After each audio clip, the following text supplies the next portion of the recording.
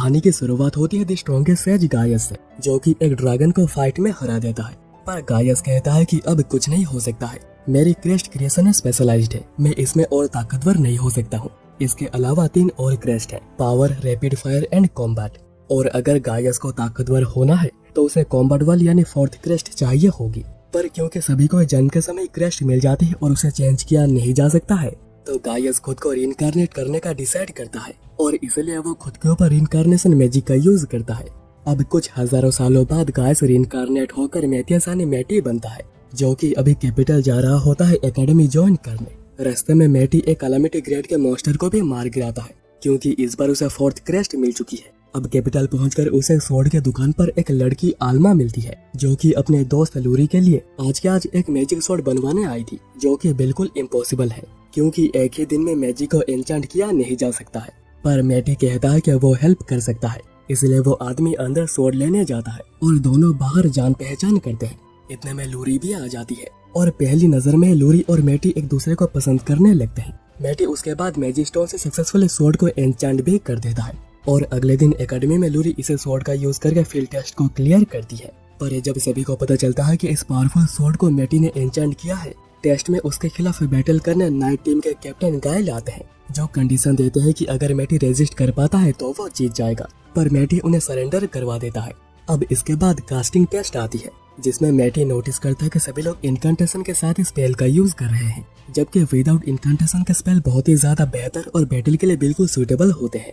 खैर मैटी इस टेस्ट को भी बहुत ही इजीली क्लियर कर देता है और उसे भी एकेडमी में एडमिशन मिल जाती है।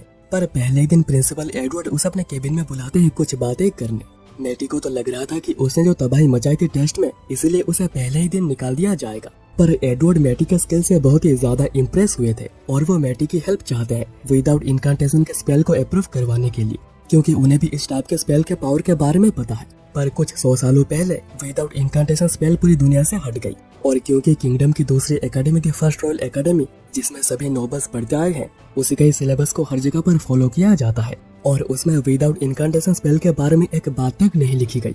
इसलिए उन्हें अगले महीने हो रहे इंटर स्कूल कॉम्पिटिशन में विदाउट इनकांटेशन स्पेल की ताकत सबके सामने दिखानी होगी। इसलिए एडवर्ड चाहते हैं कि विदाउट इनकांटेशन स्पेल मैटी सभी को ही सिखाए, और मैटी भी इसके लिए मान जाता है और वो सभी को ही सिखाने लगता है। पर लूरी के पूछने पर मैटी भी सोचता है कि आखिर विदाउट इनकांटेशन स्पेल बंद क्यों हो गई थी। अब 1 महीने बाद कंपटीशन शुरू हो गई थी और अभी अगला बैटल मैटी का ही है। मैटी को पता चलता है कि फर्स्ट रॉयल एकेडमी में इस बार भी एक मैजिकल चूजन वन है, जो कि कास्टिंग में बहुत ही ज्यादा पावरफुल होते हैं, और इस बार का मैजिकल चूजन वन डेविलिस मैटी से 10 गुना ज्यादा मैजिकल पावर है, और इस लेवल की मैजिक पावर डीमन के पास ही हो सकती है। और मैटी समझ आता है कि ये एक डीमन है। इसके बाद बैटल के समय डेविलिस मैटी के 4th क्रेस्ट का बहुत ही ज्यादा मजाक बनाता है, क्योंकि इस एरा में 4th क्रेस्ट को क्रेस्ट ऑफ फेलियर कहा जाता है। और फर्स्ट एकेडमी का प्रिंसिपल बहुत ही ज्यादा खुश हो रहे होते हैं, क्योंकि ये लगातार उनके 65th विन होगी, और वो भी 65th कंपटीशन में ही। पर जैसे ही बैटल शुरू होती है, मैटी के ताकत को देख डेविलिस पूरा हिल जाता है और गलती से विदाउट इनकांटेशन स्पेल का यूज करने लगता है, जो कि इस एरा में बस डीमंस ही कर सकते हैं। मैटी जल्दी डेविलिस का असली चेहरा सभी लोगों के सामने भी ले आता है, इसलिए डेविलिस फुल फ्लैट स्पेल का यूज करके भागने की कोशिश करता है, जिससे कि वो एक ही झटके में गायब हो सकता है। पर मैटी उसके स्पेल को यूज करने से पहले उसके पंख काट देता है और उसे वहीं पर मार गिराता है। और मैटी अभी तक यह भी समझ चुका है कि डीमंस ने विदाउट इनकांटेशन स्पेल को बंद किया है, ताकि वो इंसानों को और भी कमजोर कर सके। और उन्हीं लोगों ने 4th क्रेस्ट को, जो कि सबसे ज्यादा पावरफुल क्रेस्ट है, उसे फेलियर का नाम दे दिया है। अब मैटी के इस पराक्रम को देखते हुए किंग उसे मिलने बुलाते हैं, क्योंकि यहाँ के लोगों को हिस्ट्री जितनी पता है, उसमें कभी भी किसी अकेले ने एक डीमन को नहीं हराया। इसलिए इससे खुश होकर किंग उसे एक लैंड गिफ्ट करते हैं। पर मैटी तो ताकतवर बनना चाहता है, इसलिए मैटी डंजन और डंजन से मिले सामान का एक्सेस मांगता है। अब इसके बाद किंग बताते हैं कि डीमन इंसिडेंट के बाद किंगडम के 4 मैजिकल चूजन वंस किंगडम से गायब हो गए हैं, और उनमें से एक मैच टीम का कैप्टन एराड भी था। इसलिए किंग कहते हैं कि तो हम लोगों को तो खुश होना चाहिए, क्योंकि डीमन से डर कर भाग गए हैं। पर मैटी कहता है कि नहीं, हम लोगों को अभी खुश होना नहीं चाहिए, क्योंकि डीमन जरूर एक बड़े हमले की तैयारी कर रहे होंगे, पर इसके लिए उन्हें मिनिमम 3 महीने लग जाएंगे, और इतना समय बिल्कुल परफेक्ट होगा उन्हें रोकने के लिए, और वो पूरे किंगडम के ऊपर एक बैरियर लगा देंगे। और मैटी के स्किल और पावर को देखते हुए उसे टीम का लीडर बनाया जाता है, जो कि डीमंस के खिलाफ लड़ेगी। मैटी फिर डंजन जाने से पहले डंजन से मिलने कुछ सामान को देखने जाता है, जहाँ से वो एक मैजिकल स्वॉर्ड और एक पेंडेंट को चूज करता है। और मजे की बात यह है कि मैटी ने इन दोनों को अपने पास्ट लाइफ में क्रिएट किया था, वहाँ से आने के बाद मैटी की मुलाकात आल्मा और लूरी से होती है। मैटी सोचता है कि डंजन में एक टीम होना अच्छी बात होती है, पर आल्मा और लूरी को डर है कि वो मैटी को होल्ड बैक करेंगे, खासकर आल्मा जिसे कि स्वॉर्ड चलानी बिल्कुल भी नहीं आती, उसे बस आर्चरी आती है और उसका मानना यह है कि आर्चरी कॉम्बैट के लिए इतनी अच्छी नहीं है। पर मैटी दिखाता है कि आर्चरी लॉन्ग रेंज कॉम्बैट के लिए बहुत ही ज्यादा बेहतर होती है और इसे में ही पता चलता है कि लूरी को एन्चेंटमेंट में बहुत ही ज्यादा इंटरेस्ट है और ये उसके क्रेस्ट के लिए भी बहुत ही ज्यादा सुइटेबल है। मैटी सोचता है कि मुझे मेरी परफेक्ट टीम मिल चुकी है, आल्मा मुझे पीछे से बैकअप देगी और लूरी कांस्टेंट सप्लाई दे सकेगी, इसलिए तीनों टीम बनाकर डंजन में एंटर करते हैं, जिसके जितने नीचे फ्लोर में जाते जाएंगे उतने ताकतवर मॉन्स्टर मिलते जाएंगे। पर उससे पहले मैटी एक छोटे मॉन्स्टर से आल्मा की ट्रेनिंग करवाता है और अभी आल्मा सूट के बाद भी एरो को कंट्रोल कर सकती है। आल्मा उसके बाद ट्रेनिंग करने के लिए साइड में जाती है और फिर मैटी लूरी को एन्चेंटमेंट सिखाता है, पर सबसे पहले वेपन और गार्ड कैसे बनाते हैं और उसके बाद जाकर एन्चेंटमेंट सिखाता है। और जब आल्मा प्रैक्टिस करके वापस आती है, वो देखती है कि लूरी स्वॉर्ड बनाकर उसमें एन्चेंटमेंट भी कर चुकी थी। मैटी फिर कहता है कि आज उन लोगों को 10th फ्लोर तक जाना है और इससे उन दोनों का एक छोटा सा टेस्ट भी हो जाएगा और दोनों नीचे जाते हुए बहुत ही अच्छा भी कर रहे होते हैं। पर तभी उनके सामने एक किलर डॉग आता है जो कि अभी तक जितने मॉन्स्टर भी समन हुए हैं उसे ज्यादा पावरफुल है। मैटी एक बार को तो सोचता है कि उसे भी हेल्प करनी चाहिए, पर आल्मा और लूरी टीम बनाकर संभाल लेते हैं। मैटी फिर दोनों को वहीं पर रेस्ट करने को कहता है क्योंकि उसे 25th फ्लोर जाकर एडवांटाइन लानी है जो कि बैरियर के लिए चाहिए। पर मैटी को तभी पता चलता है कि अभी तक हाईएस्ट कोई 23rd फ्लोर तक ही जा पाया है, जो कि 30 लोगों की एक टीम थी जिनके ऊपर गायस का ब्लेसिंग था। एक्चुअली यहाँ पर गायस को गॉड की तरह पूजा जाता है।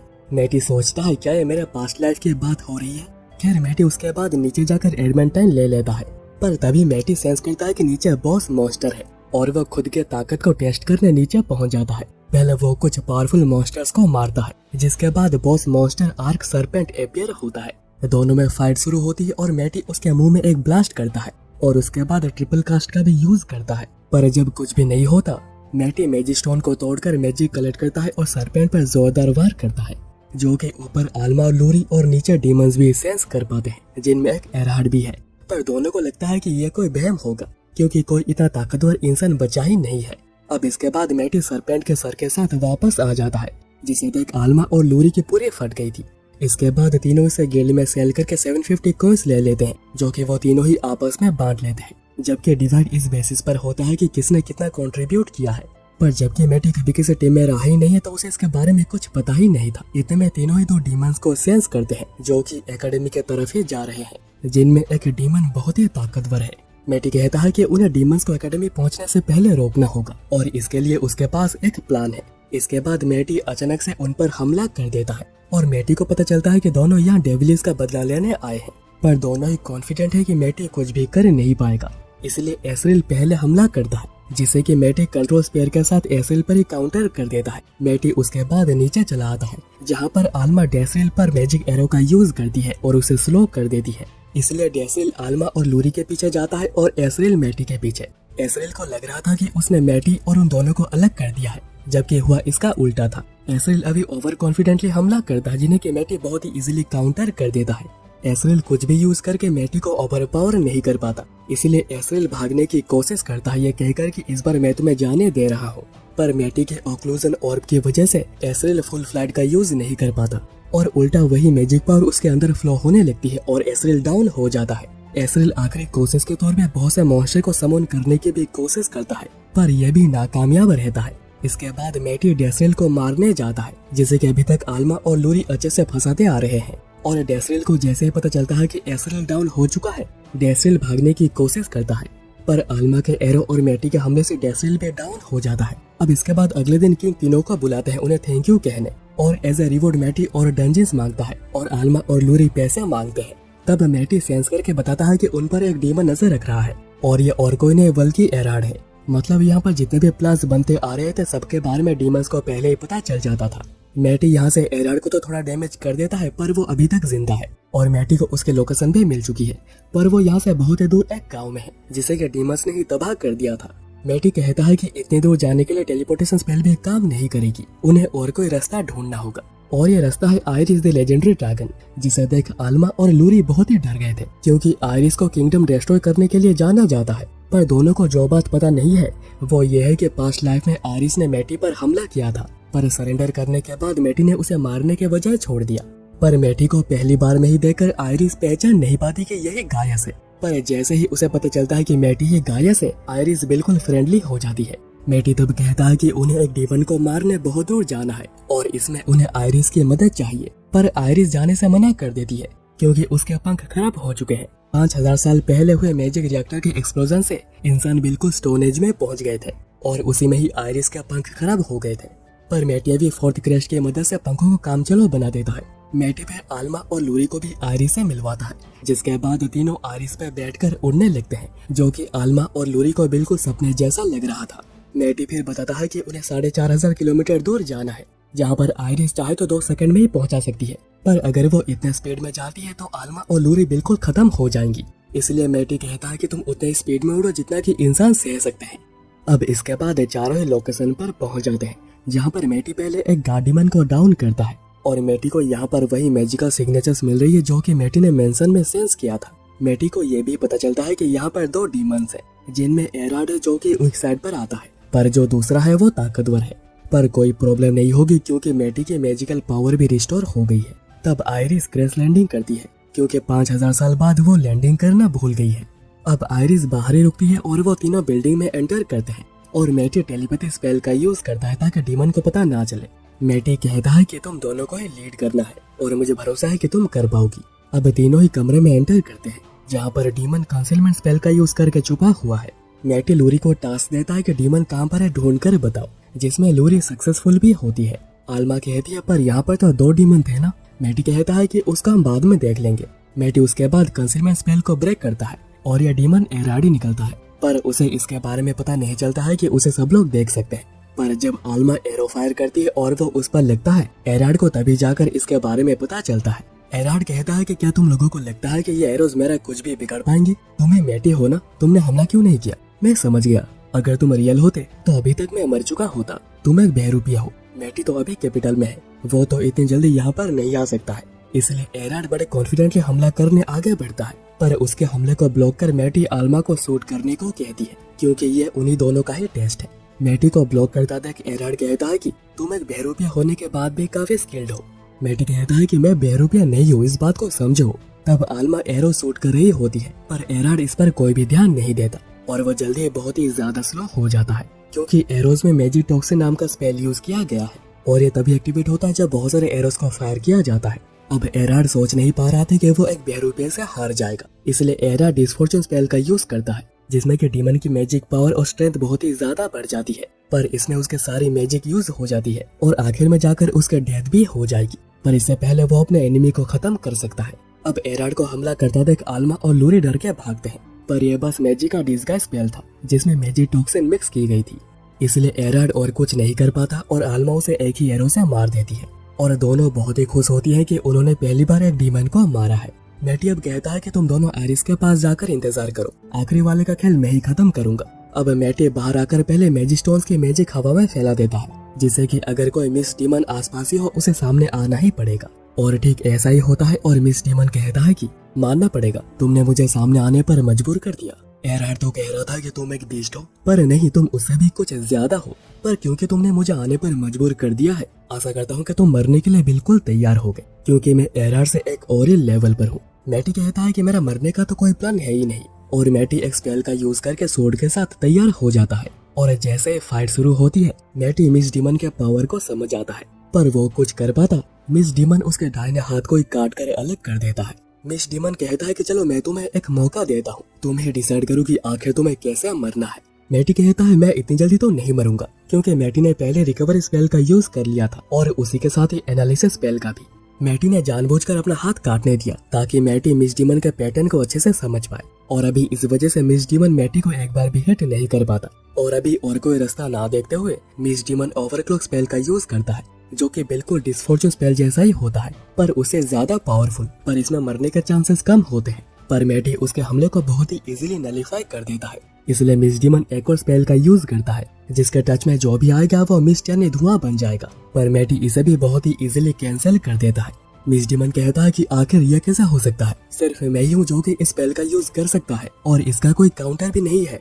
तब मैटी बताता है कि उसने पहले सब कुछ एनालाइज कर लिया था और अब आखिर में मैटी ने जिस स्पेल का यूज किया है उसे मिस डिमन एक्सेस मैजिक को अपने अंदर ही लेने लगता है और तब तक लेता रहता है जब तक कि वो फूल कर ब्लास्ट नहीं हो जाता।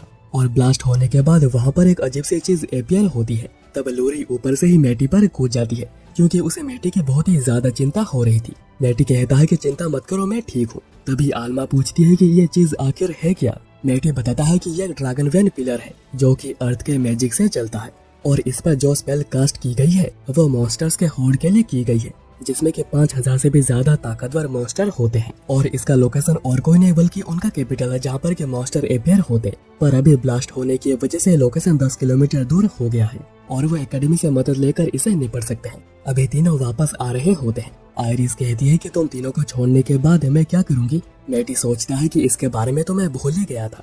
तुम स्पेल का यूज करके इंसान का रूप ले सकती हो, क्यों है ना? तो क्यों ना तुम हमारे एकेडमी को ही ज्वाइन करो ताकि हम सभी लोग हमेशा ही एक साथ रह सके और मैं तुम्हारे पंखों को भी हिल करता रहूंगा। और इसी के साथ मैटी के पास यहाँ वहाँ पर जाने के लिए एक चीज भी रहेगी, इसीलिए आयरिस इंसानी रूप ले लेती है। पर क्योंकि उसने कोई भी कपड़े पहने नहीं हुए थे, आल्मा और लोरी मैटी की आंखें बंद करने लगते हैं। अब इसके बाद मैटी प्रिंसिपल एडवर्ड को बताता है कि उन्होंने दोनों ही डीमंस को मार दिया है। मैटी आगे बताता है कि वो चाहता है कि आयरिस को ट्रांसफर स्टूडेंट के तौर पे एक्सेप्ट कर लिया जाए। एडवर्ड इसके लिए मान तो जाते हैं पर इसके लिए आयरिस को टेस्ट देना होगा जिसमें कि उसे 98% स्कोर करना होगा। मैटी कहता है ठीक है, पर एग्जाम के वक्त मैं भी उसे इंस्पेक्ट करूंगा, नहीं तो अगर गलती से आयरिस अपने पावर का यूज करने लग जाती है तो पता नहीं क्या होगा। एडवर्ड के केबिन से आते वक्त लोरी पूछती है कि तुमने ड्रैगन वेन पिलर के बारे में बात क्यों नहीं कही। मैटी कहता है अभी पैनिक क्रिएट करना नहीं चाहिए, एक बार एग्जाम खत्म हो जाए उसके बाद देखेंगे, वैसे भी हमारे पास बहुत समय है। मैटी अब इसके बाद एक फेक क्रेस्ट भी बना देता है ताकि किसी को भी पता ना चले कि आयरिस एक ड्रैगन है। उसके बाद अगले दिन रिटर्न एग्जाम में आयरिस को कुछ भी समझ नहीं आ रहा था और वो तो इंक ही खा लेती है। पर फील्ड टेस्ट में गाइल टेस्ट लेने आते हैं क्योंकि अगर मैटी ने किसी को रिकमेंड किया है तो वो ताकतवर ही होगा। उसके बाद जैसे ही बैटल शुरू होती है आयरिस के हाथ से उसका स्वॉर्ड गिर जाता है तो आयरिस कहती है रुको जरा, पर गाइल कहता है कि कभी अपने दुश्मन को अपना पेट मत दिखाना। पर आयरिस गाइल के स्वॉर्ड को एक ही हाथ से पकड़ लेती है और कहती है मैंने कहा ना रुको। गाइल सोचते हैं कि आखिर ये कौन सी बला है। आयरिस कहती है ये तो एक स्वॉर्ड फाइट है ना, और वो स्वॉर्ड का थोड़ा यूज करके गाइल को ऊपर ही फेंक देती है। और अभी इसके बाद कास्टिंग टेस्ट आती है पर इतने छोटे टारगेट आयरिस को दिख ही नहीं रहे थे, इसलिए उसका निशाना यहाँ वहाँ पर लग रहा था। अगर मैटी यहाँ पर ना होता तो ये तीनों कभी का ही उड़ चुके होते। खैर आयरिस अभी सोचती है कि उसे पूरे जगह को ही उड़ा देना चाहिए क्योंकि उसे टारगेट तो देख नहीं रहे, और वो स्पेल का यूज करके पूरे ग्राउंड को ही उड़ा देती है। मैटी एडवर्ड से पूछता है कि अभी आपका क्या कहना है। एडवर्ड कहते हैं वेल मैं उसे फेल तो नहीं कर सकता, तो वो पास हो गई है, पर मेरे इस प्यारे स्कूल ग्राउंड का क्या होगा। तो मैटी कहता है कि चिंता मत कीजिए, मैं इसे ठीक कर दूंगा। अब हम लोग आगे देखते हैं कि एडवर्ड मैटी को लेकर डंजन में आते हैं जहाँ पर स्टूडेंट्स आयरन ओर से मिथाइल बनाने में लगे हुए थे, पर क्रेस्ट ऑफ ग्लोरी के स्टूडेंट्स बहुत ही कम होने की वजह से काम बहुत ही ज्यादा स्लो हो रहा है। ज्यादातर क्रेस्ट ऑफ ग्लोरी के स्टूडेंट्स फर्स्ट एकेडमी के पास ही है। मैटी पूछता है कि तो क्या हम लोग उनसे हेल्प नहीं मांग सकते। एडवर्ड कहते हैं कि मुश्किल है क्योंकि फर्स्ट और सेकंड एकेडमी के बीच में चीजें कुछ ठीक नहीं है, पर यहाँ पर किंग कुछ कर सकते हैं। अब अगले सीन में एडवर्ड से फर्स्ट एकेडमी के प्रिंसिपल मिलने आते हैं क्योंकि किंग ने उन्हें ये ऑर्डर दिया है। पर फर्स्ट एकेडमी के प्रिंसिपल बहुत ही ज्यादा गुस्सा करते हैं कि सेकंड एकेडमी जिसे कि वो एक इन्फीरियर मानते हैं उसकी हिम्मत कैसे हो गई उन्हें बुलाने की। एडवर्ड कहते हैं कि यहाँ पर कोई हायरार्की नहीं है, हम लोग सभी यहाँ पर बिल्कुल सेम है। एडवर्ड उसके बाद डीमंस के बाद बताते हैं और बैरियर बनाने के लिए उन्हें फर्स्ट एकेडमी के क्रेस्ट ऑफ ग्लोरी स्टूडेंट्स चाहिए, पर फर्स्ट प्रिंसिपल मना कर देते हैं कि वो किसी छोटे एकेडमी की हेल्प नहीं करेंगे। तो एडवर्ड कहते हैं आप शायद भूल गए ना होगा, और इसके लिए फर्स्ट प्रिंसिपल मान जाते हैं, पर वो कंडीशन रखते हैं कि इसमें मैटी पार्टिसिपेट नहीं करेगा क्योंकि वो एक बीस्ट है, और मैटी भी इस पर एग्री कर जाता है।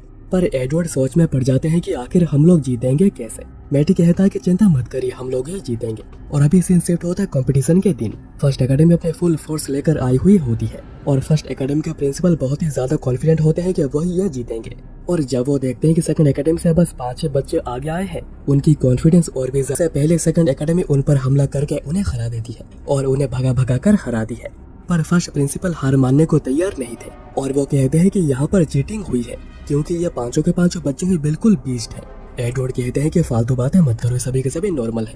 पर फर्स्ट प्रिंसिपल कहते हैं कि इसे प्रूव करो, और वो आयरिस को बैटल करने के लिए बुलाते हैं। और आयरिस के ताकत को देख तो उनकी फटी की फटी रह जाती है। एडवर्ड फिर बताते हैं कि किंग ने ही हमें ऑर्डर दिया है कि हम लोग विदाउट इनकार्टेशन के स्पेल को यूज कर सकते हैं, पर फर्स्ट प्रिंसिपल मानने को ही तैयार नहीं थे। इसलिए तभी खुद किंग आ जाते हैं और कहते हैं कि तुम्हारे पास से 80 सेंटीमीटर के मैजिक स्टोन मिल सकती है, जो कि बिल्कुल मोर देन एनफ होगा।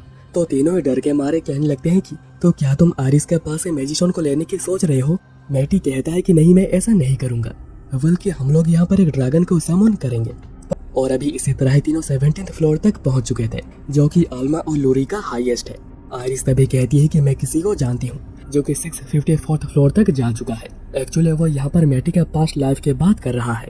खैर अभी उन्हें एक बड़ा मैजिक स्टोन मिलता है और मैटी लूरी को यहाँ पर एक मैजिक सर्कल बनाने को कहता है, जिसमें कि मैटी थोड़ी मदद करता है। इसके बाद मैटी आरिस को स्लोली मैजिक इन्फ्यूज करने को कहता है, क्योंकि अगर वो जल्दी करती है तो कुछ भी बुरा हो सकता है। पर आइरिस अपने हिसाब से स्लोली मैजिक को इन्फ्यूज करने लगती है, जो कि बहुत ही ज्यादा था। और इसी वजह से यहाँ पर एक ताकतवर ड्रैगन समन हो जाता है, जिसको कि यह फ्लोर भी संभाल नहीं सकता है।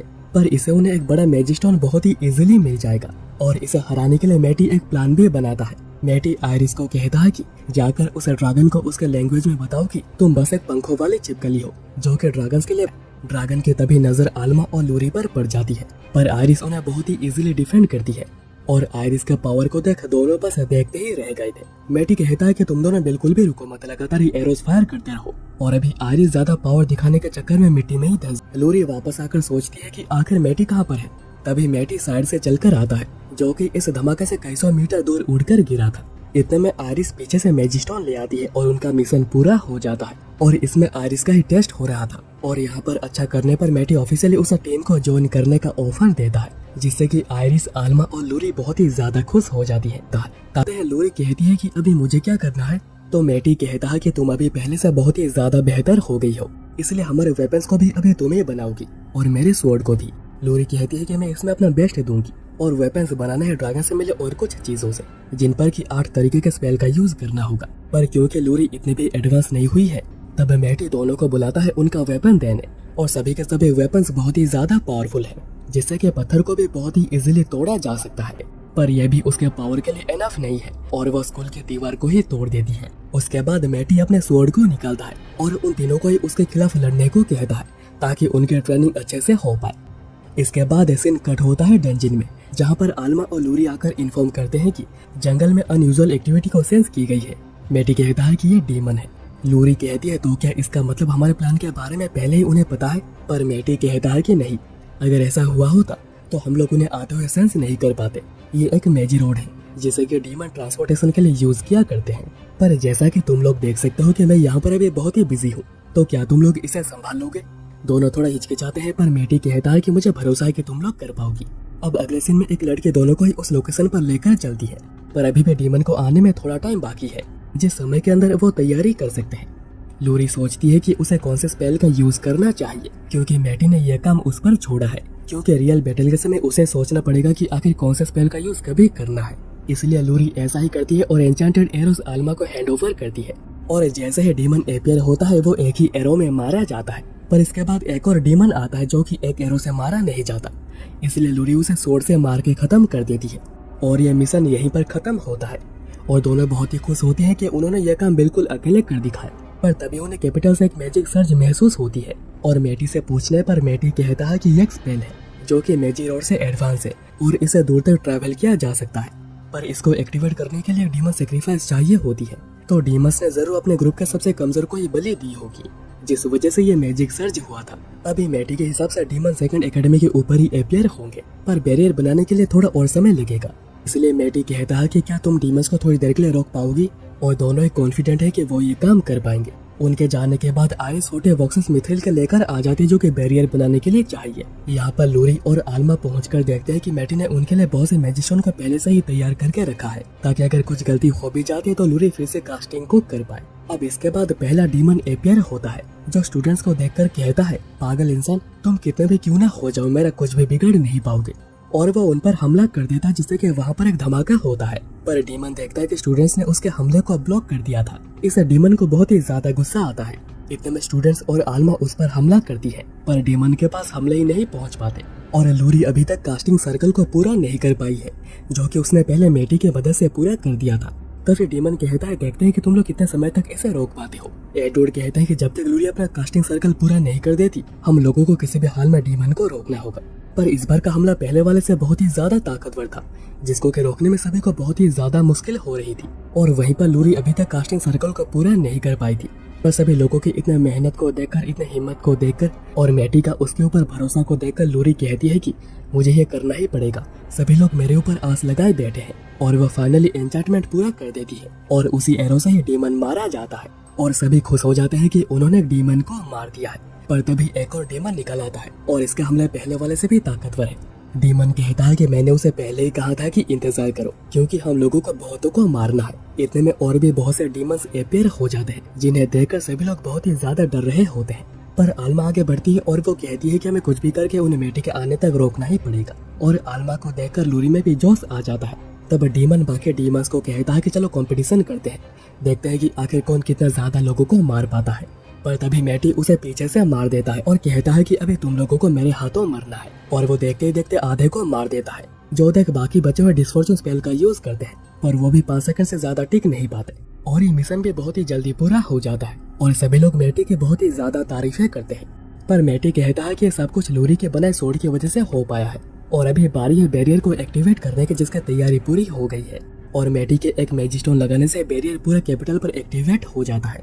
पर अभी बारी है मॉन्स्टर्स की, जो कि 10,000 से भी ज्यादा यहाँ पर आ रहे हैं, जिन्हें रोकने के लिए सभी स्टूडेंट्स और एडवर्ड बैरियर के बाहर ही खड़े होते हैं, क्योंकि बैरियर बस कैपिटल को ही प्रोटेक्ट करेगा, ना कि आसपास के शहरों को। इसलिए मॉन्स्टर के वहाँ पर आते ट्रैप्स एक्टिवेट हो जाती है, जिनको कि मैटी ने सेट करके रखा था। और फिर स्टूडेंट्स भी लगातार हमला करने लगते हैं और ये सब कुछ मैटी और उसकी टीम पीछे खड़े होकर देख रही होती है। मैटी कहता है कि वो कॉन्फिडेंट है कि स्टूडेंट्स इतने कैपेबल है कि वो इन्हें बहुत ही इजीली संभाल सकते हैं। और ठीक ऐसा ही होता है और पहले वेव खत्म हो जाती है।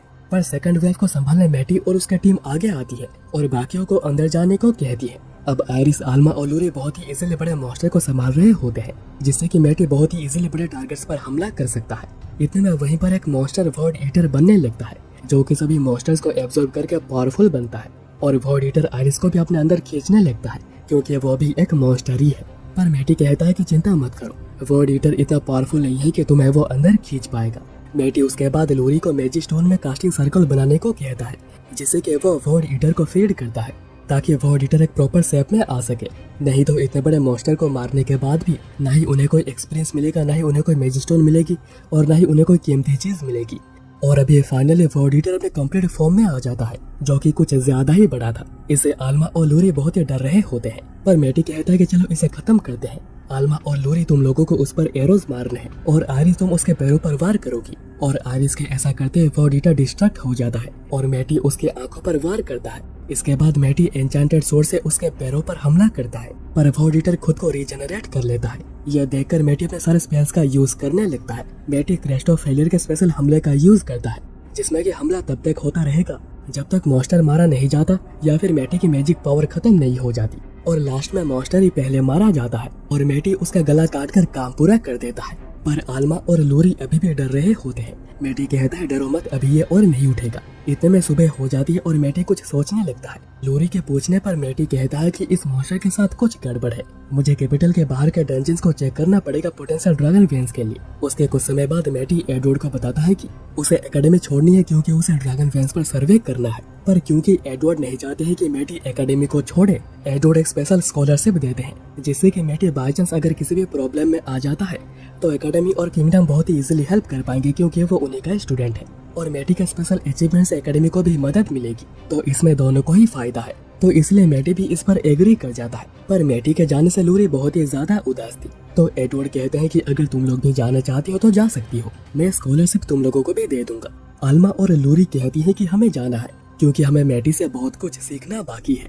आयरिस कहती है कि अगर तुम सभी लोग चल रहे हो तो मैं भी चलती हूँ। इसके बाद जाते समय एडवर्ड कहते हैं कि सेकंड एकेडमी हमेशा ही तुम्हारे लिए खुला है और हमेशा ही तुम्हारे साथ खड़ा है।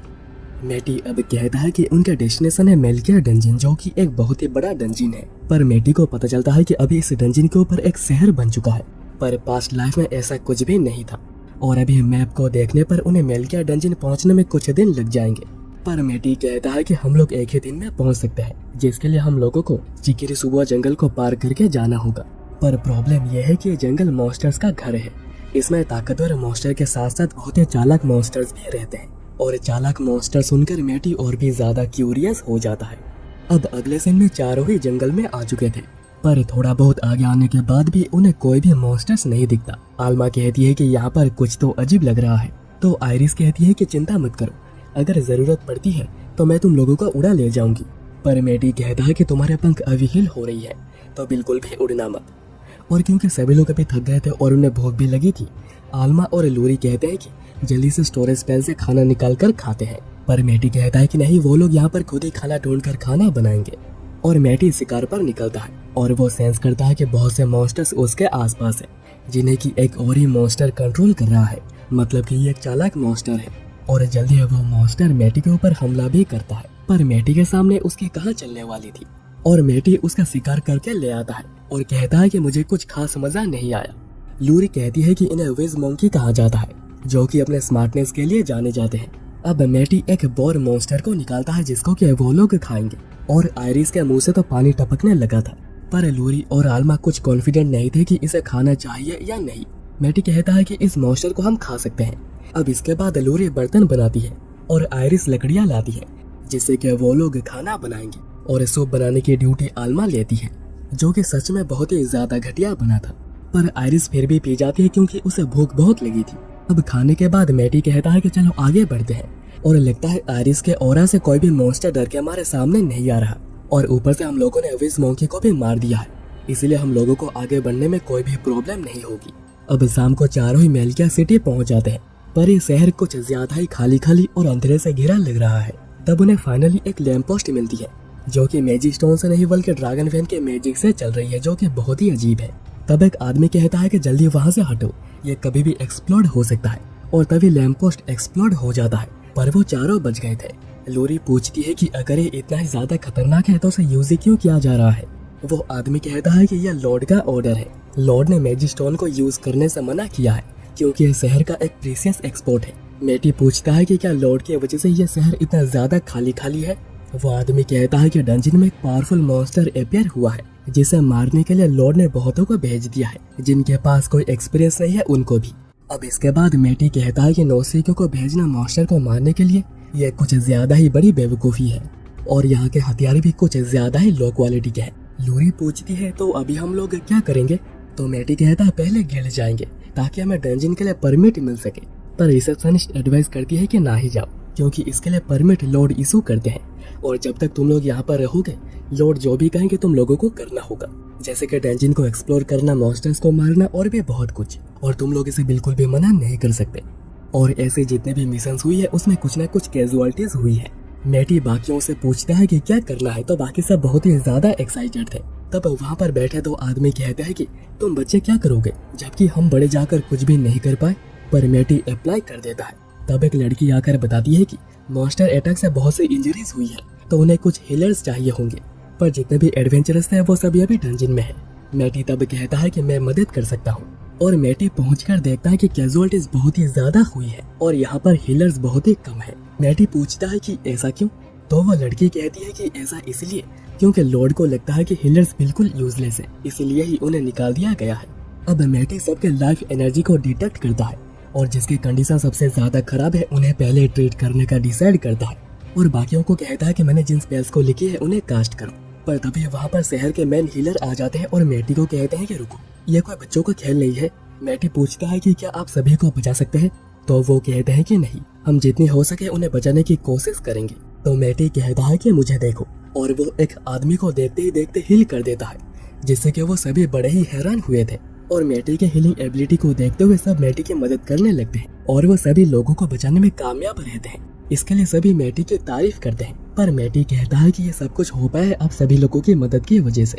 अब इसके बाद मेन हीलर पूछते हैं कि क्या तुम कोई फेमस हीलर हो, तो मैटी कहता है कि नहीं, मैंने ये मैजिक तो बस कुछ ही बार यूज किए थे। अब इसके बाद मैटी यहाँ के प्रीवियस लॉर्ड के बारे में पूछता है कि आखिर वो चेंज क्यों हो गए।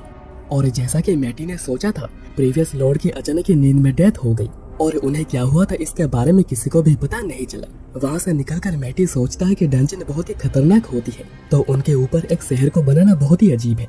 पर क्योंकि अभी डीमंस बहुत ही बढ़ गए हैं, तो ये काम डीमंस का हो सकता है, जिन्होंने पहले प्रीवियस लॉर्ड को मारा, और हो सकता है कि अभी का लॉर्ड भी एक डीमन हो। अब रात को होटल में मैटी एडवर्ड को लेटर लिखता है जिसको कि वो सीक्रेट बॉक्स में भेज देगा ताकि रियल लेटर के बारे में किसी को भी पता ना चले। आल्मा कहती है कि इससे अच्छा होता है कि तुम खुद ही चले जाते, पर मैटी कहता है कि पहले मैं डंजन में चेक करना चाहता हूँ कि आखिर अंदर कौन सा मॉन्स्टर है।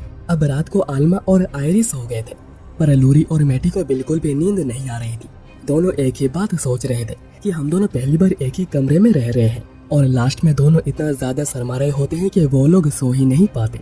अब इसके बाद चारों डंजन में एंटर करते हैं और एक ही झटके में मॉन्स्टर को मारकर गिल्ड पहुंचते हैं, पर बस हड्डियां ही बच पाई थी क्योंकि आयरिस अपने पावर पर कंट्रोल नहीं कर पाई। रिसेप्शनिस्ट पूछती है कि क्या इस मॉन्स्टर को तुम लोगों ने मारा है। मैटी कहता है कि यह काम इन तीनों ने किया है, मैंने तो कुछ भी नहीं किया। रिसेप्शनिस्ट कहती है कि इसके बहुत पैसे मिलेंगे, पर इसके लिए मुझे लॉर्ड को एक लेटर लिखना होगा। और वो लेटर में लिखती है कि टीम बहुत ही ज्यादा इंटरेस्टिंग है, इसमें 3 लड़कियां हैं जो कि बिल्कुल बीस्ट है, और जो लड़का है वो एक हीलर है, और ये सब कुछ मैटी स्पेल का यूज करके देख लेता है। मैटी फिर कहता है कि हमें बाकी के तो पैसे मिल जाएंगे ना, क्योंकि उन्हें डंजन में और भी बहुत कुछ मिला है। अब रात को ये लेटर लॉर्ड को मिलती है जो पढ़कर वो कहता है कि ये बहुत ही इंटरेस्टिंग है। वहीं पर आज चारों मिलकर पार्टी कर रहे होते हैं, पर मैटी नोटिस कर चुका था कि लॉर्ड के लोग उनके ऊपर नजर रखना चालू कर चुके हैं, और वो भी बिल्कुल ऐसा ही चाहता था। मैटी फिर बाकियों को टेलीपैथी की मदद से बताता है कि लॉर्ड के आदमी उनके पीछे पड़े हुए हैं, और मैं देखना चाहता हूँ कि आखिर वो क्या करेंगे। और वो कंसीलमेंट स्पेल का यूज करके गायब हो जाते हैं, जिससे कि लॉर्ड के आदमी उन्हें ढूंढने लगते हैं। तब चारों साइड से आकर कहते हैं कि क्या आप लोग हमारी मदद करेंगे, हमें बता सकते हैं कि हमारा होटल कहाँ पर है। और वो आदमी बता भी देता है कि आखिर वो किस तरफ है। मैटी कहता है तो तुम्हें पता है कि हम लोग कहाँ रहते हैं, और अब क्योंकि उनकी पोल खुल चुकी थी वो मैटी को पकड़ लेते हैं और कहते हैं कि हमारी बात मानो नहीं तो ये मारा जाएगा। और हमें पता है कि यही सबसे कमजोर है क्योंकि ये एक हीलर है, क्यों है ना। और आल्मा के पूछने पर वो बताते हैं कि उन्हें लॉर्ड के लिए काम करना होगा, नहीं तो यहाँ पर मैटी मारा जाएगा। मैटी तब आयरिस को कहता है कि क्या तुम इन्हें बिना किसी हथियार के संभाल सकती हो। इससे वो सभी हंसने लगते हैं, पर आयरिस के ताकत को देख उनकी पूरी फट जाती है। और अभी उन्हें डाउन करने के बाद मैटी उनके ऊपर ट्रैकिंग स्पेल और डीमन डिटेक्टिंग स्पेल का यूज करता है, ताकि अगर कोई डीमन इन्वॉल्व हो तो उन्हें इसके बारे में पता चल जाए। अब अगले दिन उन्हें किंग से मैसेज मिलता है कि उनसे कोई मिलने आएगा, इसलिए चारों उसी लोकेशन पर जाते हैं जहाँ पर कि उन्हें एक मिलता है जो बताता है कि किंग ने उसे भेजा है। और किंग ने मैसेज दी है कि वो तुरंत ही मेल्किया के लॉर्ड डोकेल को गिरफ्तार कर ले, और अगर मैटी चाहता है तो वो भी कर सकता है आई के सुपरविजन में। मैटी तीनों से पूछकर कहता है कि हम उसे गिरफ्तार करेंगे, और मुझे पता है कि वो कहाँ पर है क्योंकि मैंने ट्रैकिंग स्पेल का यूज किया है। एक कहता है पर वहाँ पर तो सिक्योरिटी बहुत ही ज्यादा टाइट होगी, तो क्या मैं नाइट से हेल्प मांग लूं? पर मैटी कहता है कि इतना तो हम लोग खुद ही कर लेंगे। अब लॉर्ड के मैनर पहुंचकर वो देखते हैं कि मैनर पूरा ही बंद है और बाहर कोई गार्ड भी खड़ा नहीं हुआ। पर मैटी सेंस करता है कि सभी लोग अंदर है, जो कि बिल्कुल उनके लिए तैयार है, क्योंकि किसी वजह से उन्हें इसके बारे में पहले ही पता चल चुका है। इसलिए एक कहता है कि हम लोगों को प्लान में चेंजेस करने होंगे, पर मैटी कहता है कि नहीं, हम लोग सीधे ही अंदर जाएंगे।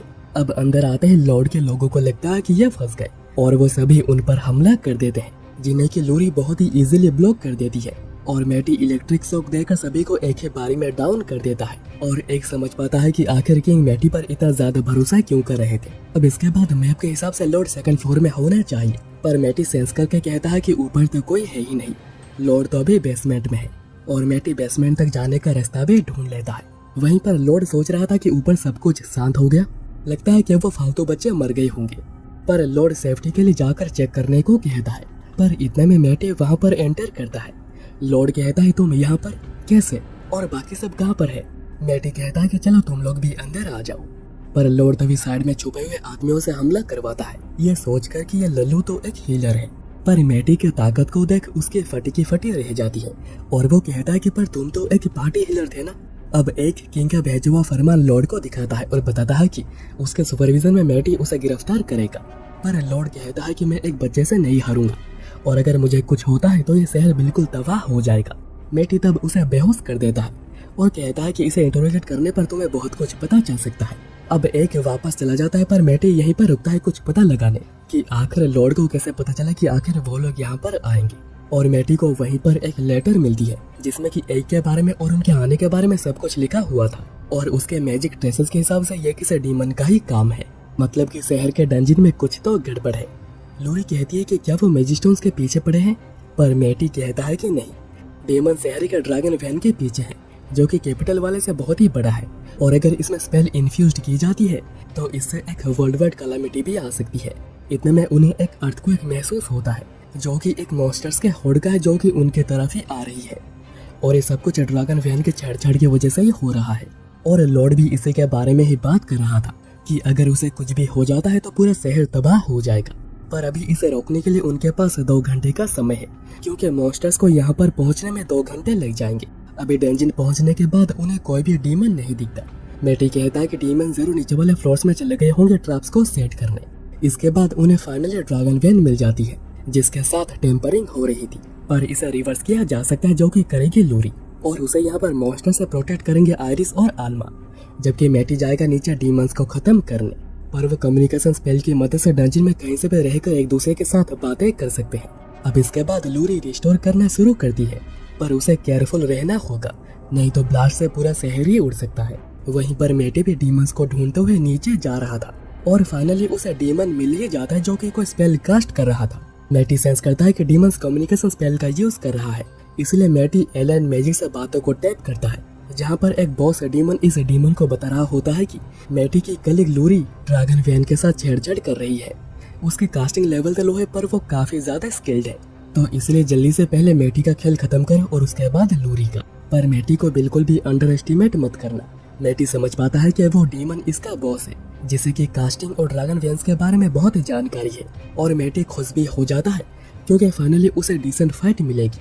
पर उसे पहले इस डीमन को मारना होगा, जिसके लिए मैटी पहले हमला करता है, पर डीमन इसे ब्लास्ट के साथ ब्लॉक और काउंटर कर देता है और कहता है तुम्हें लगा तो मुझे ऐसे हमलों से मार सकते हो। बॉस डीमन कहता है कि जल्दी से मैटी को खत्म करो, क्योंकि अगर ये बैटल लंबी चलती है तो जीत उसी की ही होगी। मैटी ये सब सुनने के बाद लूरी को कास्टिंग सर्कल 14 और 17 रेडी करने को कहता है। यहाँ पर डीमन बड़ा ही कॉन्फिडेंट है कि मैटी कुछ भी कर नहीं पाएगा, और वह लगातार हमला करने लगता है, जिन्हें की मैटी डॉज कर देता है। बॉस डीमन कहता है कि उसे दूरी बनाए रखना वही बेहतर है। मैटी सोचता है कि इसे क्रेस्ट ऑफ फेलियर के बारे में बहुत कुछ पता है, पर आखिर ये है कौन। अब डीमन मैजिक के सीरीज अटैक करता है, पर मैटी इसे भी डॉज कर देता है। मैटी कहता है कि क्या बस इतना ही। मैटी फिर लूरी को कास्टिंग सर्कल रेडी रखने को कहता है। यहाँ पर बॉस डीमन कहता है कि उसने सोचा नहीं था कि मैटी के पास इतनी बैटल एक्सपीरियंस होगी। डीमन कहता है कि तो क्या मैं उसके मैजिक पावर को खत्म होने तक हमला करता रहूं। बॉस डीमन कहता है कि नहीं, ऐसा करना खतरनाक होगा, हमें प्लान बी को शुरू करना चाहिए, जो कि एक ट्रैप है। यह बात जानते हुए मैटी आगे बढ़ता है और लूरी को कास्टिंग सर्कल 14 एक्टिवेट करने को कहता है, जिससे कि सभी ट्रैप्स नलीफाई हो जाती है। अब डीमन पूरा हक्का पक्का रह गया था, और फिर कास्टिंग सर्कल 17 को एक्टिवेट करते ही सभी कम्युनिकेशन कट हो जाती है, और डीमन समझ नहीं पाता है कि वो क्या करेगा, पर अभी भी उसके पास बैरियर है। मैटी उसके बाद लगातार ही हमला करने लगता है, पर बैरियर हर हमले को रोक रहा था। पर मैटी तभी अचानक से हमला करता है और बैरियर काउंटर नहीं कर पाता, क्योंकि मैटी समझ पाया था कि काउंटर के बाद हाफ सेकंड लगती है उसे दूसरा काउंटर करने में, तो इसके बीच के हमले को बैरियर काउंटर नहीं कर सकता, और अभी मैटी बैरियर को तोड़ देता है। तब बॉस डीमन फिर से कॉन्टेक्ट बिठा लेता है, और जब उसे पता चलता है कि मैटी ने बैरियर को तोड़ दिया है, उसे डाउट होने लगता है कि कहीं ये मैटी गायस का रीइंकार्नेशन तो नहीं। पर बॉस डीमन कहता है कि नहीं, अगर ये गायस होता तो अभी तक तो मर चुके होते। मैटी सोचता है कि उसे मेरे पास्ट लाइफ के बारे में भी पता है, तो जरूर ये डीमन बहुत ही ज्यादा ओल्ड होगा, पर आखिर ये है कौन। यहाँ पर बॉस डीमन को डिस्फॉर्चून स्पेल का यूज करने को कहता है, क्योंकि ये आखिरी रास्ता बचा है, और डीमन ठीक ऐसा ही करके हमला करने लगता है। पर मैटी इन्हें बड़े ही इजीली डॉज कर देता है, और वो एक ही साथ 5 स्पेल को कास्ट करके उसके ऊपर हमला करके उसे मार देता है। और वहीं पर लूरी भी ड्रैगन वैन को रिस्टोर कर चुकी थी, जिसकी वजह से सभी मॉन्स्टर्स गायब होने लगते हैं, और शहर के ऊपर से एक बड़ा खतरा टल जाता है। पर मैटी अभी कहता है कि मुझे ढूंढना होगा कि आखिर ये ऑर्डर्स दे कौन रहा था। मैटी इसके लिए मैजिक सिग्नल को ट्रेस करने लगता है, और लूरी को कहता है कि वैन को ठीक करो। तब बॉस डीमन मैटी और लूरी के कम्युनिकेशन को टैप करता है और कहता है कि कोशिश भी मत करो, क्योंकि तुम मुझे कभी भी ट्रेस नहीं कर पाओगे। क्या तुम्हें पता है कि मैं कहाँ पर हूँ। मैटी ट्रेस करने की कोशिश करता है, और उसे बहुत दूर एलिनिया टाउन दिखाई देता है, पर मैटी कहता है कि मुझे पता है कि सब कुछ एक झूठ है, तुम वहाँ पर नहीं हो।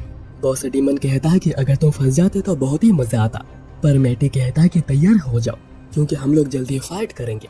बॉस डीमन कहता है कि उसके लिए तुम्हें मुझे पहले ढूंढना होगा, और ये कहकर वो कम्युनिकेशन कट कर देता है। और मैटी कहता है कि डीमन डेफिनेटली एक और ही लेवल पर है, फाइनली अभी मुझे मजा आएगा। अब आगे मैटी अपने टीम को बता रहा होता है कि अभी उनका नेक्स्ट टारगेट है ये बॉस डीमन कौन है ये पता लगाना। मैटी कहता है कि बॉस डीमन ने जब मुझे कांटेक्ट किया था मुझे कुछ मैजिक सिग्नेचर्स मिली थी जिसे मैंने इस मैजिक स्टोन में कैप्चर कर लिया है और इसे एक डिवाइस में डालने से उन्हें बॉस की पिन पॉइंट लोकेशन मिल सकती है। लोरी कहती है पर मैंने कभी ऐसे किसी डिवाइस के बारे में नहीं सुना। तो मैटी कहता है कि यह हजारों साल पुरानी डिवाइस है, पर मैटी यह बात नहीं बताता कि मैटी ने यह डिवाइस क्रिएट की है। अब आल्मा के पूछने पर मैटी बताता है कि यह डिवाइस अभी रेडिनिया एलायंस में है, तो उन्हें किंग की हेल्प चाहिए होगी स्मूथली बॉर्डर को क्रॉस करने में, इसलिए उन्हें पहले प्रिंसिपल एडवर्ड से बात करनी होगी। तो अभी बारी है कैपिटल के सेकंड एकेडमी जाने की। अगले सीन में चारों सेकंड एकेडमी पहुंचकर देखते हैं कि एकेडमी पूरी अंडर कंस्ट्रक्शन जा चुकी है। फिर उनकी मुलाकात एडवर्ड से होती है जो उन्हें बताते हैं कि पूरे एकेडमी को रिबिल्ड करके और भी स्ट्रॉन्ग बनाया जा रहा है ताकि एकेडमी डीमंस के अटैक्स को सह सके। लोरी पूछती है तो फिर क्लासेस कहाँ पर हो रही है। एडवर्ड कहते हैं कि फर्स्ट एकेडमी में, और फर्स्ट एकेडमी के स्टूडेंट्स भी यहाँ पर उनकी मदद करने आते हैं। अब आगे की बात एडवर्ड के केबिन में होती है जहाँ मैटी बताता है कि मेल्किया में जो कुछ भी हो रहा था उसके पीछे एक बॉस डीमन है और उसे ढूंढने के लिए उन्हें रेडिनिया एलायंस से जाना होगा जो कि एलाइड नेशंस का एक ग्रुप है, पर उसमें सभी देश बिल्कुल भी फ्रेंडली नहीं है। एडवर्ड कहते हैं कि वो किंग से बात करेंगे और रेडिनिया एलायंस के गिल्ड से भी वो मदद मांगने की कोशिश करेंगे, पर जब तक वो चारों यहाँ पर हैं मैटी कहता है कि हम लोग भी कंस्ट्रक्शन में मदद करेंगे। अब कुछ देर बाद एडवर्ड मैटी को किंग से मिला वाउचर हैंड ओवर करते हैं जिससे कि मैटी स्मूथली बॉर्डर क्रॉस कर सकता है। अब लोरी और आल्मा बहुत ही एक्साइटेड हो रहे थे क्योंकि पहली बार दोनों एस किंगडम से बाहर जा रहे हैं। इसके बाद बॉर्डर क्रॉस करने के बाद मैटी कहता है कि मेन प्रॉब्लम तो अभी शुरू होगी क्योंकि उन्हें जो डिवाइस चाहिए वो एक रेस्ट्रिक्टेड एरिया में है जिसके मैजिकल सिग्नेचर इतनी हाई है कि मैजिकल कैलामिटी कभी भी हो सकती है, और इस रेस्ट्रिक्टेड एरिया में जाने के लिए उन्हें टेस्ट देकर रैंक ए एडवेंचरर बनना होगा और ये होगा रेडिनिया एलायंस के गिल्ड में। पर आल्मा और लोरी कहते हैं कि इन टेस्ट को देने में तो बहुत समय लग जाएगा। मैटी कहता है कि अगर मैं सारे टेस्ट देने के लिए फोर्स किया जाता है तो हम लोग आयरिस को ड्रैगन बनाकर उसे डिस्ट्रैक्शन की तरह यूज करेंगे और हम लोग इसी का फायदा उठाकर आगे निकल जाएंगे। अब शहर पहुंचकर चारों सबसे पहले गिल्ड जाते हैं जहां पर उन्हें पता चलता है कि किंग ने ऑलरेडी बात कर ली है और गिल्ड भी मदद करने को तैयार हो गया है, पर फिर भी रेस्ट्रिक्टेड जोन में जाने के लिए उन्हें रैंक ए तो चाहिए होगी।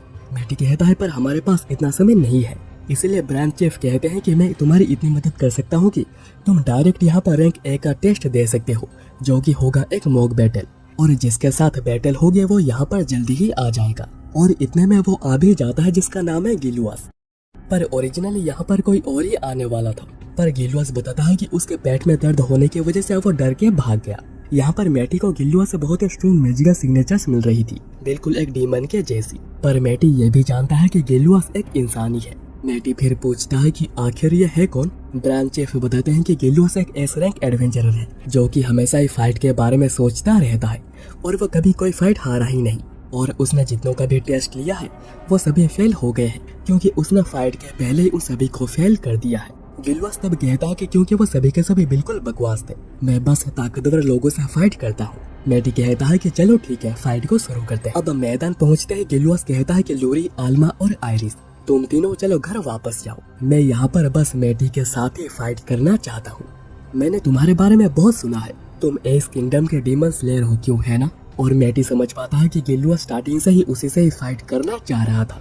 अभी फाइनली बैटल शुरू होने वाली होती है और बैटल खत्म हो के जब कोई नॉकआउट हो जाएगा या फिर कोई गिव अप कर देगा, गिलुआस कहता है कि मैं कोई भी मैजिक का यूज नहीं करूंगा, पर अगर तुम चाहते हो तो तुम कर सकते हो। पर मैटी सोच रहा था उसके पास इतनी मैजिकल पावर है तो वो भी मेरे जैसा स्पेल कास्टर होना चाहिए। हे, क्या तुम खुद को होल्ड बैक कर रहे हो। गिलुआस कहता है कि फालतू मत बको, मैं बस कभी मैजिक का यूज नहीं करता हूँ, मैं बस इसी स्वॉर्ड को ही यूज करता हूँ। पर तभी गिलुआस फिजिक एन्चेंटमेंट स्पेल का यूज करता है जिसे कि मैटी भी सेंस करता है, पर ऐसा भी नहीं लग रहा है कि गिलुआस झूठ कह रहा है।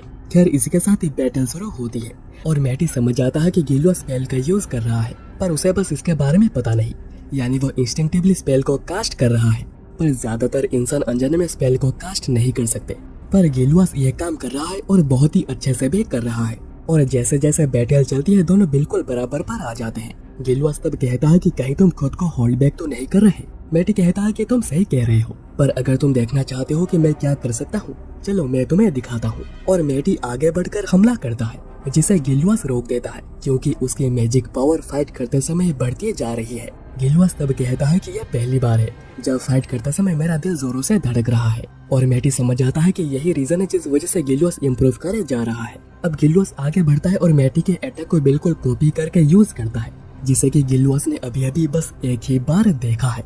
इस हमले के बाद गिलुआस को लगता है कि उसने मैटी को हरा दिया है, पर ऐसा नहीं था। मैटी कहता है कि तुम्हारी फाइटिंग स्टाइल बहुत ही अच्छी है, लेकिन तुम्हारी कास्टिंग स्ट्रेंथ अभी बिल्कुल सफिशिएंट नहीं है।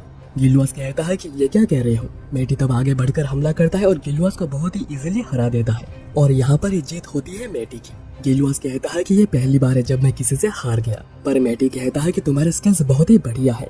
गिलुआस फिर पूछता है कि मैं तुम्हारी तरह इतना ताकतवर कैसा हो सकता हूँ, तो मैटी उसे अपना लिखा हुआ एक बुक देता है जिसमें कि स्पेल्स और कास्टिंग्स के बारे में बहुत कुछ लिखा है। अगर गिलुआस इसे अच्छे से पढ़ता है तो वह मैटी को भी सरपास कर सकता है। पर गिलुआस कहता है कि क्या तुम मजाक कर रहे हो, आखिर कास्टिंग किस तरह कॉम्बैट में हेल्प करेगी। अगर मैं कास्टिंग करने गया तो दुश्मन तो मुझे मार जाएगा। एक्चुअली गिलुआस को ऐसा इसलिए लग रहा है क्योंकि उसे बस इनकांटेशन वाली स्पेल्स ही पता है। मैटी तब गिलुआस को बताता है कि विदाउट इनकांटेशन वाली स्पेल्स भी होती है जिन्हें कि अनजाने में ही तुम बैटल में यूज किया करते हो, तो अगर तुम इन्हें कॉन्शियसली यूज करने लगते हो तो तुम और भी ताकतवर हो सकते हो। अब इसके बाद जाने से पहले गिलुआस कहता है कि तुम इस रैंक के लिए टेस्ट दे सकते थे और इस जगह के सबसे ताकतवर बन सकते थे। तो मैटी कहता है कि मुझे बस ए रैंक ही चाहिए था ताकि मैं रेस्ट्रिक्टेड एरिया में जा सकूं। गिलुआस के पूछने पर मैटी बताता है कि वो जगह है फोल्किया रीजन का एटिलिस प्लेन्स। फोल्किया सुनकर गिलुआस कहता है कि वो जगह थोड़ी अजीब है, रिसेंटली वहाँ पर बहुत सी चेंजेस हुई है और जितने भी टीम्स वहाँ पर गई है वो सभी के सभी गायब हो चुकी है, तो अगर वहाँ पर कुछ भी गड़बड़ होती है तो मुझे जरूर याद करना। अब इसके बाद चारों चेक पॉइंट तक पहुँचते हैं जहाँ पर उनके चेकिंग होती है और पूछा जाता है कि क्यों जा रहे हो। तो मैटी कहता है कि एडवेंचर काम पर। गार्ड्स उन्हें 4 पासेस देते हैं और कहते हैं कि ये बस मेन रोड के लिए वैलिड है, तो इसलिए कहीं पर और मत जाना। अब चेक पॉइंट पार करने के बाद आल्मा और लूरी कहते हैं कि ये तो बहुत ही आसान था, पर मैटी कहता है कि नहीं, प्रॉब्लम तो अभी शुरू होगी। इन पासेस में मैजिकल कोड है जिसमें लिखा है कि सतर्क, ये चारों हाई रैंकिंग एडवेंचरर्स है, इनका मोटिव बिल्कुल भी क्लियर नहीं है, तो जितनी जल्दी हो सके इन्हें निपटा दो। और यह वो कोडिंग टेक्नोलॉजी है जो कि डीमंस यूज करते हैं, मतलब कि हो सकता है कि फोल्किया डीमंस के अंडर आ चुका है। मैटी तब दिखाता है कि ऊपर से उन पर नजर रखा जा रहा है जो कि उन्हें शहर पहुंचने से पहले ही मार के खत्म करने आए हैं। और गिलुआस ने भी यही बात कही थी कि टीम्स गायब हो जाती है। आयरिस कहती है कि तो क्या हम लोग उन्हें मार दे। मैटी कहता है कि नहीं, ऐसा करने से बस केओस होगा और हमें शहर में एंटर करने में और भी ज्यादा प्रॉब्लम होगी। इसलिए मैटी और आयरिस यहाँ पर उनका ध्यान अपने ऊपर खींचेंगे और आल्मा और लूरी पीछे से उनके पास जाकर उन्हें सुला देंगे और यहाँ पर बस उनके इल्यूजन्स होंगे। इसके बाद मैटी चिल्लाकर कहता है कि हमारे ऊपर हमला हो गया है और उन्हें लगता है कि मैटी ने उन लोगों को देख लिया है, इसलिए वो मैटी और आयरिस पर एरोस की बारिश कर देते हैं। पर इससे गुस्सा होकर आयरिस उन्हें मारने जा रही थी, पर मैटी रोकता है और कहता है कि हमें बस उन्हें सुलाना है। इस तरफ लूरी और आल्मा पीछे से ऊपर पहुंच चुके थे और वो दोनों वहीं पर मैजिक का यूज करके दोनों को सुला देते हैं। पर जब मैटी और आयरिस ऊपर चेक करने पहुंचते हैं वो देखते हैं कि इससे आल्मा और लूरी भी सो गई थी। अब आल्मा और लूरी को उठाने के बाद चारों फोल्किया शहर पहुंचते हैं, जो कि कुछ ज्यादा ही क्रीपी लग रहा है। और शहर में से स्ट्रॉन्ग मैजिकल सिग्नेचर्स भी मिल रही है क्योंकि शहर डीमन से भरा हुआ है। पर ये डेमी डीमंस है जो कि एक ग्रुप बनाकर काम करते हैं, पर ये कोई स्पेशल स्पेल कास्ट नहीं कर सकते। पर अब क्योंकि सिक्योरिटी बहुत ही टाइट है, मैटी शहर के पीछे सीक्रेट पैसेज को ढूंढ निकालता है जिसके थ्रू वो शहर में एंटर करेंगे। पर आगे चलकर पता चलता है कि ये एक सीवर है जिस वजह से यहाँ पर बहुत ही ज्यादा बदबू है, पर इसी के थ्रू उन्हें आगे बढ़ना होगा। थोड़ा आगे जाने के बाद मैटी सेंस करता है कि आगे एक डीमन गार्ड खड़ा है।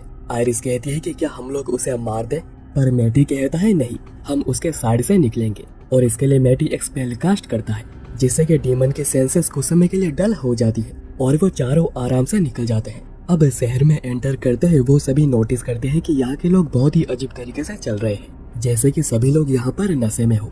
इसे चेक करने के लिए मैटी एक आदमी को पकड़ता है और पता चलता है कि सभी लोगों के ऊपर यहाँ पर थॉट पैरालिसिस स्पेल का यूज किया गया है, इसी वजह से सभी लोग यहाँ पर ऐसे एक्ट कर रहे हैं। अब शहर में घूमते हुए उन्हें एक फैक्ट्री मिलती है जिसका गेट में डीमन थॉट पैरालिसिस स्पेल को कास्ट करके लोगों को अंदर भेज रहा है। पर पता लगाने की आखिर अंदर क्या हो रहा है, चारों ही अंदर चलने का डिसाइड करते हैं और मैटी एक डिफेंस स्पेल को कास्ट कर देता है ताकि उनके ऊपर थॉट पैरालिसिस स्पेल काम ना करे। अब लाइन में चलते हुए आयरिस गिर पड़ती है, पर डीमंस को लगता है कि स्पेल के ओवरडोज की वजह से ही ऐसा हुआ है और चारों फैक्ट्री में इजीली एंटर कर जाते हैं। और उन्हें पता चलता है कि अंदर रेनकन मैजिकल और को रिफाइन किया जा रहा है, जिसको कि एक्सप्लोजिव्स के लिए यूज किया जाता है। यानी डीमंस का मोटिव बिल्कुल क्लियर है, इसलिए इसे तो रोकना ही पड़ेगा। पर अभी शहर में 32 डेमी डीमंस है जो कि सेंटर के आसपास है, क्योंकि वहीं पर फैक्ट्री वगैरह है और क्योंकि उनके पास सैड कॉन्शियसनेस है, तो अगर एक को भी कुछ होता है तो दूसरों को उसके बारे में पता चल जाएगा। तो आलमा पूछती है कि क्या हम लोग उन पर एक साथ ही हमला कर दें, पर मैटी कहता है कि ऐसा करने से हम लोग मारे जाएंगे, पर मेरे पास एक प्लान है। अब थोड़ी देर बाद डीमंस को एक मैजिक सर्च दिखती है, जिसे चेक करके खत्म करने उनका कमांडर उन्हें ऑर्डर देता है, इसलिए सभी डीमंस उसी तरफ ही जाने लगते हैं। उनमें से 2 डीमंस को आयरिस मिलती है जो कि यहाँ पर डिकोय का काम कर रही है, और मैटी दोनों ही डीमंस को पीछे से आकर मार देता है। इससे बाकी डीमंस बहुत ही ज्यादा अलर्ट हो जाते हैं और वो भी देखने आने लगते हैं कि आखिर यहाँ पर क्या हो रहा है, जिसका फायदा उठाकर मैटी, आलमा और लूरी एक एक को खत्म करने लगते हैं। और डीमंस को लगने लगता है कि यहाँ पर ट्रैप्स बिछे हुए हैं। एक्चुअली यही मैटी का प्लान था, आयरिस को डिकोय की तरह यूज करके डीमंस को मारना, जो कि अब बिल्कुल परफेक्ट काम कर रहा है।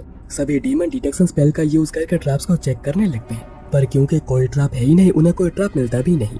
पर डीमन जैसे ही आयरिस को ढूंढने के लिए निकलते हैं, वो सभी एक एक करके मारे जाने लगते हैं। कमांडर सोच में पड़ जाता है कि आखिर कोई कैसे ट्रैप्स को सेट कर सकता है, जबकि हम लोग यहाँ पर गार्ड दे रहे थे। इसलिए कमांडर खुद निकलता है और बॉडी चेक करने पर उसे पता चलता है कि यहाँ पर 2 मैजिकल सिग्नेचर्स है और इसे मारा गया है एक स्वॉर्ड से।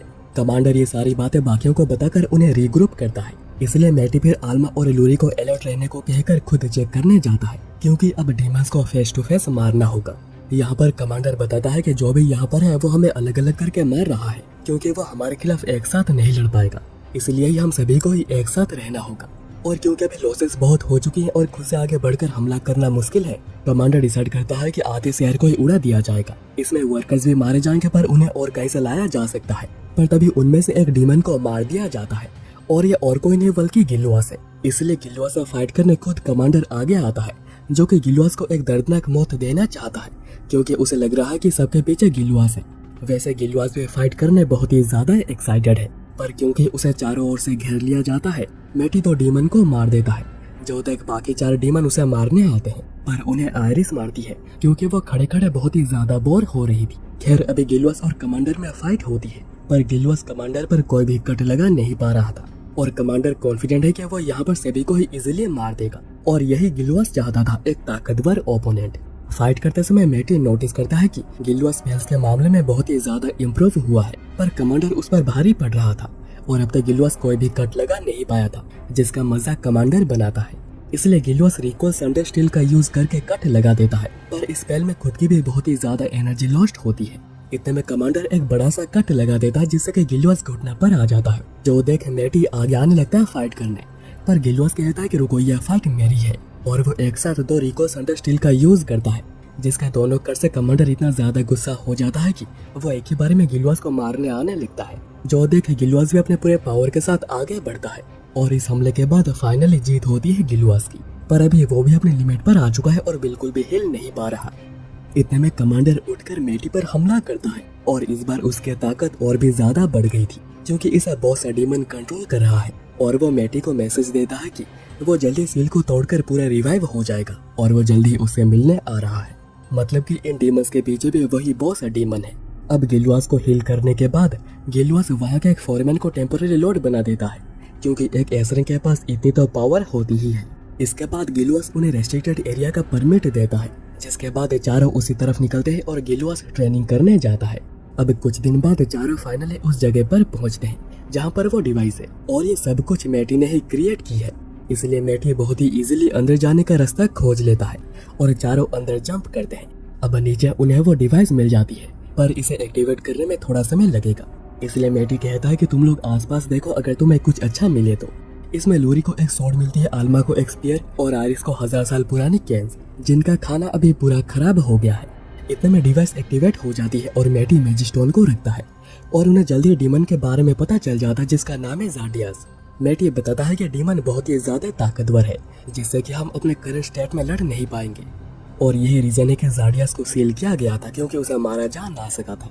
अगर हम कुछ 100 सालों तक लगातार ट्रेन करते रहते हैं तो हो सकता है कि हम लोग उसे हरा पाए, पर तब तक ज़ाडियास सब कुछ तबाह करके खत्म कर चुका होगा। ज़ाडियास को रोकने का एक उपाय है मैटी का पास्ट लाइफ में बनाया हुआ एक मैजिक स्वॉर्ड, और उसे ढूंढने के लिए मैटी अपने पुराने स्वॉर्ड को डिवाइस पर रखता है, और उसे मैजिक स्वॉर्ड की लोकेशन मिल जाती है जो कि है एस किंगडम में। इतने में हम लोग देखते हैं कि ज़ाडियस सील को तोड़कर पूरा आजाद हो चुका था। वहीं पर मैटी आल्मा और लूरी को मैजिक स्टोन देता है जिसमें स्वॉर्ड की लोकेशन है जो कि ट्रेजरी, तो उन्हें कुछ भी करके स्वॉर्ड को लाना होगा और वो बाद में किंग को सब कुछ बता देंगे। इतने में उन्हें ज़ाडियस के मैजिक सर्ज महसूस होती है जो कि उन्हीं की तरफ आ रहा है, और क्योंकि बस मैटी और उसकी टीम है जो कि ह्यूमैनिटी को खत्म करने के बीच आ सकती है, इसलिए ज़ाडियस पहले उन्हें ही मारने उन्हीं की तरफ आ रहा है। इसलिए ज़ाडियस के आने से पहले उन्हें मैजिक स्वॉर्ड को लाना होगा। इसलिए ज़ाडियस को रोकने आयरिस और मैटी बाहर ही रुकेंगे और आल्मा और लूरी अंदर जाएंगे स्वॉर्ड को लेने, और दोनों ठीक ऐसा ही करते हैं। और बाहर मैटी खुद को तैयार करता है ताकि वो पहले हमला कर सके। मैटी कहता है कि उसके आने से पहले मैं स्पेस को सील कर दूंगा जिसके थ्रू वो यहाँ पर आएगा, और अगर मैं फेल हो भी जाता हूँ तो उसे कुछ तो डैमेज होगा। पर जब स्पेस को सील करने की बारी आती है मैटी फेल हो जाता है, मतलब कि उन्हें भी ज़ाडियस के साथ फाइट करके उसे रोकना होगा। इसलिए मैटी आरिस को ड्रैगन ब्रेथ का यूज करके पीछे हट जाने को कहता है क्योंकि आरिस ज़ाडियस को संभाल नहीं पाएगी। पर ड्रैगन ब्रेथ से भी ज़ाडियस को कुछ भी नहीं होता। ज़ाडियस कहता है कि मैटी मैं तुम्हारा ही इंतजार कर रहा था। वहीं पर मैटी सोच रहा था कि उसे लगा नहीं था कि ड्रैगन ब्रेथ का कोई भी काम नहीं होगा। इतने में ज़ाडियस स्वॉर्ड से उसके ऊपर हमला कर देता है जिससे कि मैटी डॉज कर देता है, पर हमला डायरेक्ट ही आरिस की ओर जा रहा था, तो उसे रोकने मैटी मल्टीलेयर बैरियर का यूज करता है जिससे कि मैटी बस हमले को थोड़ा सा ही स्लो कर पाता है और आरिस बाल बाल बच जाती है। इसके बाद ज़ाडियस डायरेक्ट ही हमला कर देता है जिससे कि मैटी ब्लॉक नहीं कर पाता क्योंकि ज़ाडियस सबसे ज्यादा ताकतवर ही नहीं बहुत ही ज्यादा फास्ट भी है। वहीं पर आल्मा और लूरी ट्रेजरी पहुंच गए थे, पर परमिशन ना होने की वजह से गार्ड उन्हें अंदर जाने नहीं देता, इसलिए दोनों हमला करने का सोचते हैं। पर इतने में वहाँ पर किंग आकर उन्हें अंदर से जो भी कुछ लेना है उसे लेने का परमिशन दे देते हैं क्योंकि उन्होंने मैटी को ज़ाडियस के साथ फाइट करता हुआ देख लिया है। दूसरी ओर मैटी बस हमलों को डॉज करे जा रहा था, पर हमले का जो प्रेशर होता है मैटी बस उसी से ही डैमेज हो जाता है। मतलब कि अगर मैटी बाई चांस किसी भी हमले को डॉज करने में नाकामयाब रहता है तो उसकी डेथ पक्की है, और मैटी ये भी जान चुका है कि उसके जीतने के चांसेस बहुत ही ज्यादा कम है। ज़ाडियस कहता है कि मैं बहुत ही डिसअपॉइंट हुआ हूँ, क्या दुनिया का सबसे स्ट्रॉन्गेस्ट बस इतना ही है? लगता है कि मुझे भी तुम्हें मार ही देना चाहिए। मैटी वहीं सोचता है कि ऐसा लग रहा है कि इस बैटल को जीतने के लिए मुझे अपनी जान तक दे देनी पड़ेगी। दूसरी ओर आल्मा और लूरी स्वॉर्ड को लेकर निकलते हैं और यहाँ पर मैटी अभी स्ट्रगल कर रहा था। ज़ाडियस बताता है कि उसे सब कुछ पता है। मैटी उसे यहाँ पर रोककर अंदर तैयारी कर रहा है और इस बैरियर की वजह से कोई दूसरा डीमन अंदर नहीं जा सकता है, पर उनका क्या जो कि पहले से ही अंदर है। और अब हम लूरी और आल्मा के सामने डेसिल को आता हुआ देखते हैं जिसको कि ज़ाडियस ने रिवाइव कर दिया है, पर दोनों ही डेसिल को बहुत ही इजीली मार देते हैं। पर इतने में वहाँ पर एस्रिल आता है जिसने कि तो स्टूडेंट्स को पकड़ा हुआ था, और वो कहता है कि ये स्वॉर्ड और अपने हथियारों को सरेंडर कर दो नहीं तो ये दोनों ही मारे जाएंगे। यहाँ पर ज़ाडियस अभी भी बैरियर के पीछे ही पड़ा हुआ था जिसे कि मैटी बस किसी तरह रोक रहा था, पर वह ज्यादा कुछ कर नहीं पा रहा। ज़ाडियस कहता है कि ऐसा इसलिए हो रहा है क्योंकि तुम इन फालतू लोगों को बचाने के बारे में सोच रहे हो। उनके बारे में सोचना बंद कर दो और अपनी पूरी ताकत लगाओ। वहीं पर अब आल्मा और लूरी सरेंडर कर देते हैं, और मैटी यहाँ पर सोच रहा था कि अगर आल्मा और लूरी टाइम पर स्वॉर्ड को लेकर नहीं पहुँचते तो मैं कुछ भी कर नहीं पाऊंगा। मैटी एक बार को तो बचे हुए मैजिक पावर से खुद को रीइंकार्नेट करने के बारे में सोचता है ताकि वो फिर से रीइंकार्नेट होने के बाद खुद को और भी ताकतवर करके ज़ाडियस को हराने के लिए आ सके। पर अगर वो ऐसा कुछ करता है तो यहाँ पर जो भी लोग हैं उन सभी की डेथ हो जाएगी, और ऐसा कुछ मैटी होने देना नहीं चाहता। इसलिए मैटी आखिर तक लड़ने का डिसाइड करता है और काउंटर अटैक्स भी करना शुरू कर देता है। वहीं पर एडवर्ड और स्टूडेंट्स आकर आल्मा और लूरी की मदद करते हैं जिससे कि एस्रिल पकड़ा जाता है और दोनों स्वॉर्ड को लेकर मैटी के पास जाने लगते हैं। वहीं पर मैटी अभी लाइफ एनर्जी को मैजिक एनर्जी में कन्वर्ट करके लड़ाई कर रहा था, पर ज़ाडियस के ऊपर इसका कोई भी असर नहीं हो रहा। पर इतने में आल्मा और लूरी स्वॉर्ड को पहुंचा देते हैं, और जैसे स्वॉर्ड को लेने मैटी पीछे मुड़ता है ज़ाडियस उसके ऊपर हमला करके उसे मार देता है। और लूरी ये देखकर बिल्कुल रो पड़ी थी, पर 5-10 सेकंड के बाद स्वॉर्ड अपने आप ही एक्टिवेट हो जाता है और मैटी भी फिर से जिंदा हो जाता है। ज़ाडियस से देखकर बहुत ही ज्यादा हैरान हुआ था और वो कहता है कि आखिर ऐसा कैसे हो सकता है। मैटी कहता है कि हाँ, तुमने मुझे मार दिया था और मैं भी बिल्कुल यही चाहता था, क्योंकि यूजर के डेथ के बाद ये मैजिक स्वॉर्ड एक्टिवेट होती है और वो भी बहुत ही ज्यादा मैजिक पावर के साथ। पर ज़ाडियस कहता है कि इसे कोई फर्क नहीं पड़ता, मुझे तुम्हें बस एक बार और मारना होगा। और ज़ाडियस हमला करने लगता है, पर इस बार मैटी की ताकत और स्पीड कई गुना ज्यादा बढ़ गई थी जिससे कि मैटी भी पूरा कंट्रोल नहीं कर पा रहा। ज़ाडियस भी यही बात कहता है कि तुम्हारी बॉडी जल्दी खत्म हो जाएगी, तो मैटी कहता है कि मुझे बॉडी की कोई भी जरूरत नहीं, मेरे पास अभी जितनी मैजिक है मैं इसका इस्तेमाल करके किसी भी बॉडी को यूज कर सकता हूँ। ज़ाडियस कहता है कि ऐसा कैसे हो सकता है, आखिर एक इंसान ऐसा कुछ कैसे कर सकता है? मुझे पता है कि मैं ही सबसे ताकतवर हूँ, तो आखिर तुम हो कौन? मैटी कहता है कि मेरा नाम है मैथियस और वह फाइनल ब्लो से ज़ाडियस को हरा देता है। पर मरने से पहले ज़ाडियस कहता है कि हो सकता है कि मैं यहाँ पर हार गया हूँ, पर याद रखो बस मैं ही अकेला केओस डीमन नहीं हूँ, उससे भी ताकतवर केओस डीमंस है जो कि तुम्हें हरा देंगे। पर अब इसी के साथ ही बैटल खत्म होती है और मैटी पूरे ह्यूमैनिटी को बचा लेता है और लूरी खुशी के मारे मैटी को गले लगाती है। इतने में एडवर्ड और बाकी सभी मैटी को शुक्रिया कहते हैं। अब इसके बाद मैटी कहता है कि स्वॉर्ड बस वन टाइम यूज था तो इसे भी फेंकना होगा और अब कुछ दिन बाद सब कुछ बिल्कुल नॉर्मल हो गया था। फिर वो चारों किंग के पास जाते हैं जो कि उन्हें शुक्रिया कहते हैं पूरे ह्यूमैनिटी को बचाने के लिए। किंग कहते हैं कि तुम उस स्वॉर्ड को रख सकते हो जो कि लूरी लेकर गई थी। अच्छा हुआ कि उन्होंने वापस नहीं मांगा क्योंकि वो स्वॉर्ड तो बचा ही नहीं है। इसी के साथ किंग उन्हें ट्रेजरी से जो भी कुछ लेना है लेने की परमिशन दे देते हैं, पर आयरिस को तो बस खाना चाहिए। अभी ट्रेजरी में उन्हें एक एरो मिलती है जो कि एडमंटाइज से बनी है और ये आल्मा के बहुत काम आ सकती है, पर उन्हें इसकी बो नहीं मिलती क्योंकि उसमें जंग लग गया था तो उसे भंगार में बेच दिया गया है। इसलिए चारों जिसके पास बेचा गया है उसके पास जाते हैं बो को वापस लाने, पर उन्हें पता चलता है कि उन्होंने बो को पिघलाकर एक मेटल ब्लॉक बना दिया है, पर उन्हें भी याद नहीं है कि वो ब्लॉक कौन सा है। इसलिए मैटी कहता है कि वो सारे ब्लॉक्स को खरीद लेगा और बाद में एडमंटाइड को निकालकर उनमें से आल्मा के लिए बो को बना देगा। और अभी उसी दुकान पर आरिस को ये क्रिस्टल बहुत ही ज्यादा पसंद आता है क्योंकि ड्रैगन्स को चमकीली चीजें बहुत ही पसंद है। मैटी कहता है कि ठीक है तुम इसे ले सकती हो। तब आल्मा कहती है कि लूरी के लिए भी कुछ लेना चाहिए, पर मैटी समझ नहीं पाता है कि क्या, तो आल्मा उसके कान में उसे कुछ कहती है और मैटी एक सुंदर स्टोन को खरीदता है। पर वो चारों जब बाहर आते हैं एडवर्ड कहते हैं कि कुछ इमरजेंसी आ गई है और वो उन्हें गाइल के पास लेकर जाते हैं क्योंकि उन्हें साहिल एम्पायर से खबर मिली है कि उन पर ऐसे 300 पपेट से हमला किया गया था। मैटी पपेट को चेक करता है और बताता है कि पपेट्स लाइफ एनर्जी से चलती है, पर इसके लिए लोगों को मारा नहीं गया है, बस थोड़ी थोड़ी लाइफ एनर्जी चुराई गई है और ऐसा कुछ कोई डीमन ही कर सकता है। तो हो सकता है कि साहिल एम्पायर पर डीमंस का कब्जा हो गया हो। गाइल कहते हैं कि पूरे ह्यूमैनिटी को बचाने के लिए हमें तुम्हारी मदद चाहिए मैटी, और मैटी भी मदद करने के लिए तैयार हो जाता है। अब रात को मैटी लूरी को अकेले में बुलाता है और कहता है कि आंखें बंद करो। लूरी सोचती है कि कहीं वो किस तो नहीं करेगा, पर मैटी उसे एक पेंडेंट देता है और कहता है कि मैंने देखा था कि तुम जूलिस को देख रही थी, इसलिए मेरी तरफ से तुम्हें ये तोहफा, पर अगर तुम्हें यह पसंद नहीं आता तो तुम इसे कभी भी निकाल सकती हो। पर लूरी को यह बहुत ही ज्यादा पसंद आया था। और अब अगले दिन चारों साहिल किंगडम की ओर निकलते हैं और मैटी सोच रहा था कि अब साहिल किंगडम में उनका क्या इंतजार कर रहा होगा, क्योंकि ज़ाडियस ने कहा था कि उसे भी ज्यादा ताकतवर केओस डीमंस है जो कि उसे मार भी सकते हैं। पर आखिर ये कौन है इनके बारे में मैटी को कुछ भी नहीं पता है, पर उसे अपनी टीम और खुद पर बहुत ही भरोसा है कि वो चारों कुछ भी करके सब कुछ संभाल लेंगे। और दोस्तों यहीं पर ये एनीमे खत्म होती है।